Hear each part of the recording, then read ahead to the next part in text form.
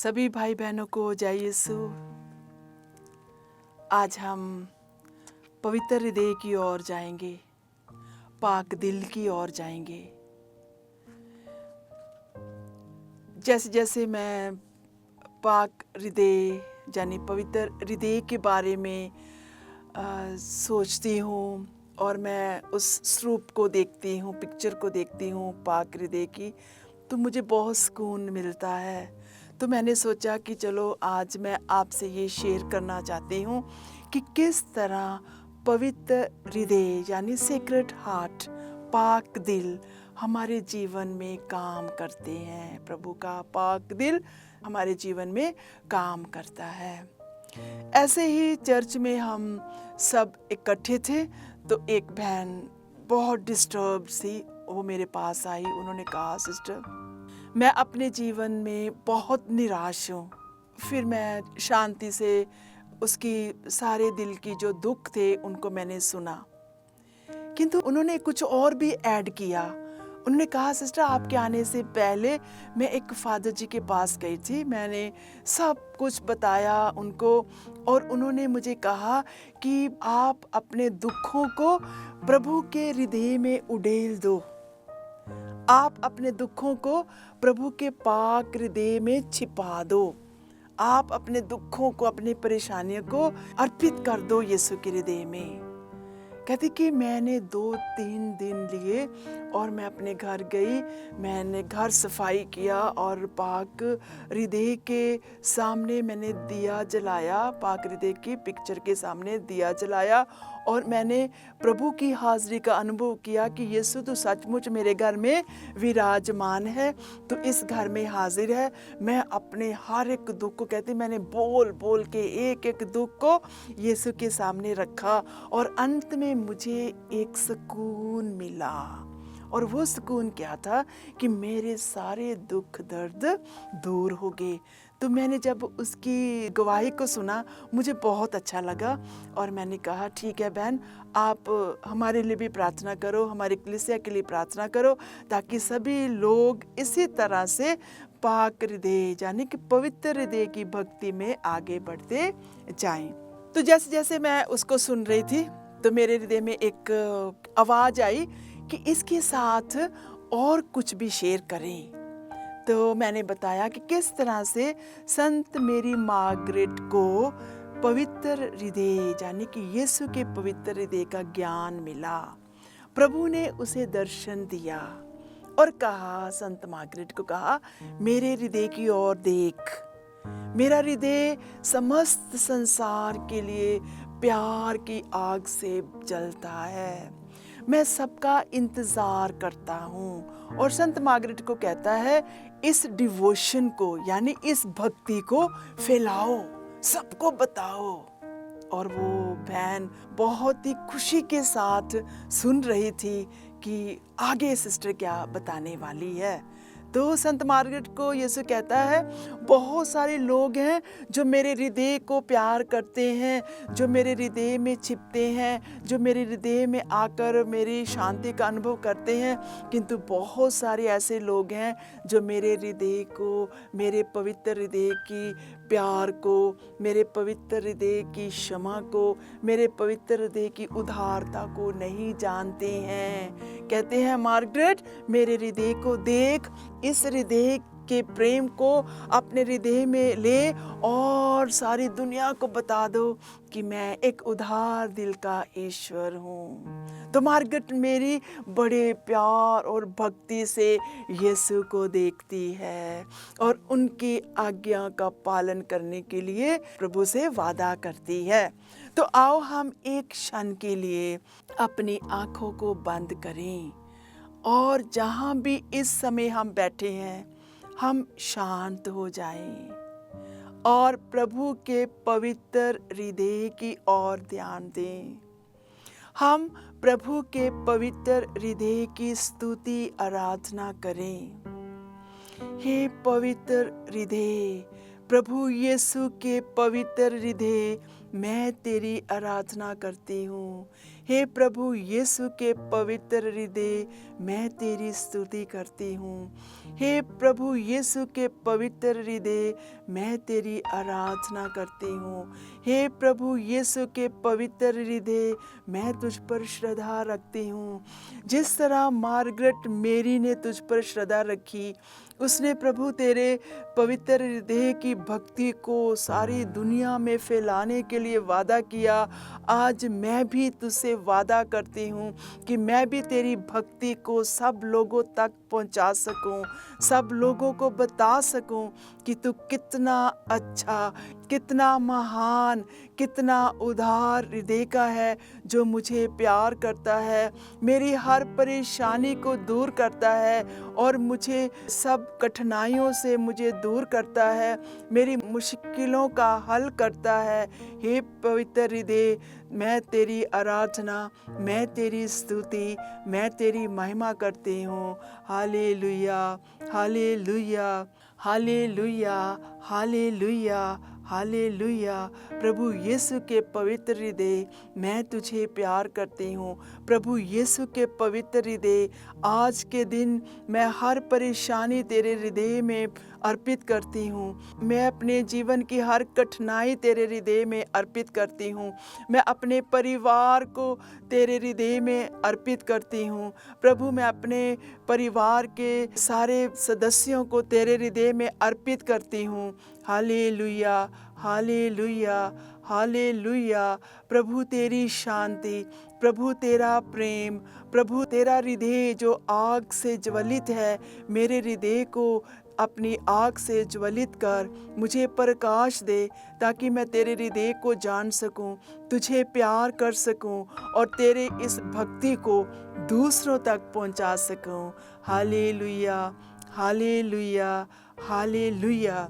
इस तरह से जब हम उस भक्ति में आगे बढ़ते हैं तो हमारी कठिनाइयाँ कम होती जाती हैं और लोग श्रद्धा से आगे बढ़ते हैं। तो जब मैं पवित्र हृदय के बारे में और भी विशाल रूप से उसे बताना चाहती थी, तो मैं आपको भी बताना चाहती हूँ कि प्रभु ने 12 वादे किए हैं और उन वादों पर जब हम चलते हैं तो हमारे जीवन में, हमारे परिवार में, हमारे समस्त कलीसिया में प्रभु की शक्ति आती है। तो सबसे पहला वादा है, मैं उन्हें जीवन में प्रत्येक अवस्था के लिए आवश्यक सभी अनुग्रह प्रदान करूंगा।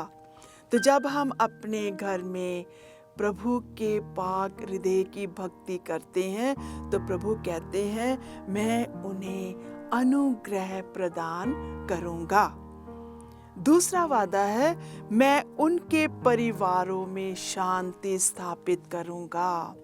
जब ये बहन मेरे पास आई, कहती है कि मैं शांति में नहीं थी, बहुत ही मैं परेशान थी, किंतु जब मैंने प्रभु के हृदय में अपनी सारी मुश्किलें, सारी परेशानियां अर्पित कर दी, तो कहती है मुझे शांति का अनुभव हुआ। मेरा सारा परिवार शांति का अनुभव करता है।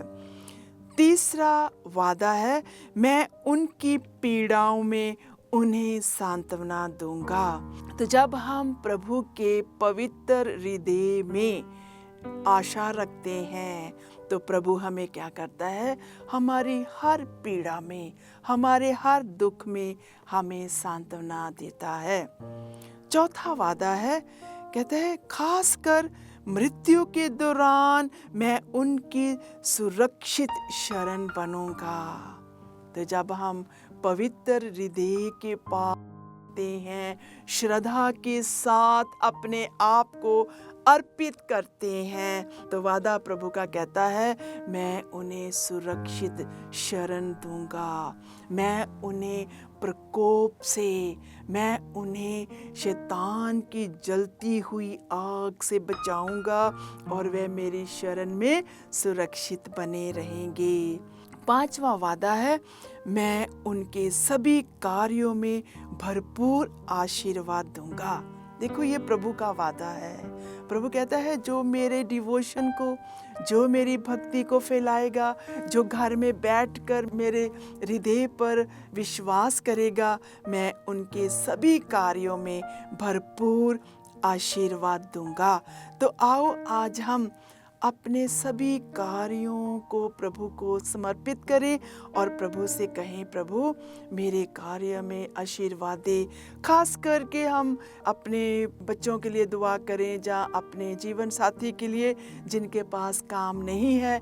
प्रभु हम सबको काम दे, हमें अच्छा जॉब दे और हमारे काम में आशीष मिले।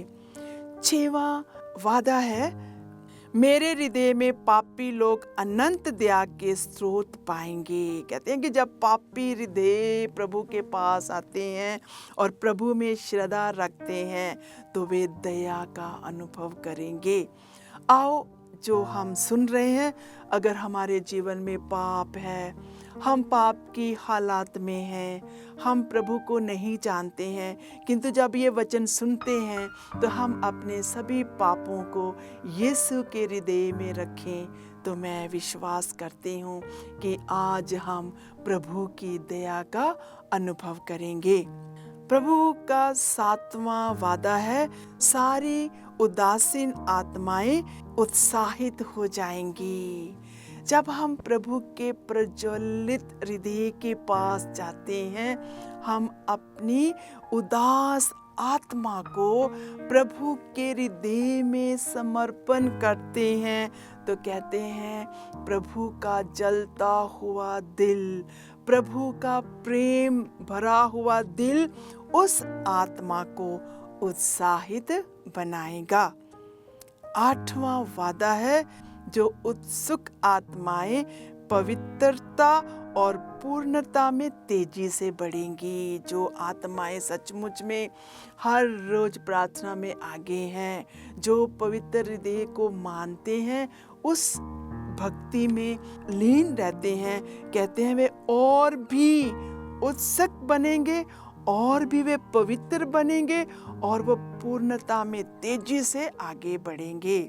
तो कितने अच्छे वादे हैं प्रभु के। 9वां वादा है, मैं उन स्थानों को आशीष दूंगा जहां मेरे हृदय का प्रतीक उजागर और सम्मानित होगा। तो ये प्रभु का वादा है कि हम अपने घरों को साफ रखें और एक जगह प्रभु के लिए स्थापित करें। कहते हैं कि उन स्थानों को मैं आशीष दूंगा जहां मेरे हृदय का प्रतीक उजागर और सम्मानित होगा। तो मैं इसके साथ मैं एक आपको उदाहरण देना चाहती हूँ। जब पवित्र हृदय का नवीना चल रहा था, एक दिन मैं पवित्र हृदय के सामने बैठी हुई थी और उस फोटो को मैं देख रही थी, पिक्चर को, कि जहाँ यीशु अब बड़े उत्साह से मेरी ओर देख रहे हैं। तो मैंने एक प्रश्न किया, मैंने कहा कि तो प्रभु तू आशीष देता है, सबको प्यार करता है, तो तू दुष्ट आत्माओं को प्यार क्यों नहीं करता है? दुष्ट आत्मा तेरे नाम से निकलती हैं, भागती हैं, चिल्लाती हैं। तो मैं कुछ समय शांत रहकर प्रभु की आवाज को सुनने के लिए अपने कानों को प्रभु की ओर लगाई, तो मुझे प्रभु की ओर से ये संदेश मिला, वो मेरी आज्ञाओं को नहीं मानते हैं, इसलिए वो मुझसे दूर हैं। तो संसार में रहते हुए जब हम प्रभु की आज्ञा को नहीं मानते हैं, हम सुसाइड करते हैं, हम अबॉर्शन करते हैं, हम दूसरों को कत्ल करते हैं, दूसरों पर अत्याचार करते हैं, तो हम कभी भी प्रभु की हाजिरी में नहीं जा सकते हैं, क्योंकि हम उसकी आज्ञा को नहीं मानते हैं। तो प्रभु कहता है ये आत्माएं जो मेरा कहना नहीं मानती हैं, वो मुझसे दूर भागती हैं, क्योंकि वो मेरे साथ नहीं है। किंतु प्रभु कहता है मैं उन स्थानों को आशीष दूंगा जहां मेरे हृदय का प्रतीक और उजागर और सम्मानित करते हैं। तो आओ आज हम अपने घरों में पवित्र हृदय का सम्मान करें, भक्ति से उनका डिवोशन जारी रखें। 10वां वादा है, मैं पुरोहितों को अति कठोर हृदय को छूने का वरदान दूंगा। और वे खास अपने पुरोहितों को आशीष देते हुए कहते हैं, मैं पुरोहितों के हृदय को अपने हृदय से भर दूंगा, अपने प्यार से भर दूंगा। और जो भी वचन वो सुनाएंगे या किसी के पास सांत्वना देने के लिए जाएंगे, तो वो लोगों को क्या होगा, उनकी आत्माओं को छुएंगे, उन्हें बदल देंगे, लोगों के जीवन में परिवर्तन आएगा। तो आओ हम अपने पुरोहितों को आदर सम्मान करें, उनके लिए दुआ करें, क्योंकि प्रभु उनको महान आशीष और वरदान से भरता है, ताकि वे दूसरों के हृदय को छू लें। 11वां वादा है, जो इस भक्ति को बढ़ावा देगा उनका नाम मेरे हृदय में अंकित होगा। हालेलुया, बहुत अच्छा वादा। कहता है जो मेरी भक्ति को बढ़ाएगा। तो ये बहन उस भक्ति को लेकर मेरे पास आई और मैंने उसको इन वचनों के द्वारा उसे और उत्साहित किया। तो आप इन वचनों को सुनो, दूसरों को उत्साहित करो, तो आपका नाम, प्रभु कहते हैं, मेरे हृदय में अंकित हो जाएगा। कहते हैं मेरा हृदय बहुत विशाल है। संत मत्ती का सुसमाचार अध्याय 11 पद संख्या 28 में लिखा है, मेरे पास आओ, मैं तुम्हें आराम दूंगा, मैं तुम्हें भरपूरी से भर दूंगा, मैं तुम्हें चंगा करूंगा, मैं तुम्हें शांति से भरूंगा, मैं तुम्हें प्रेम से भरूंगा, मैं तुम्हें आशीष से भरूंगा। क्या क्या वादे हैं हमारे प्रभु के।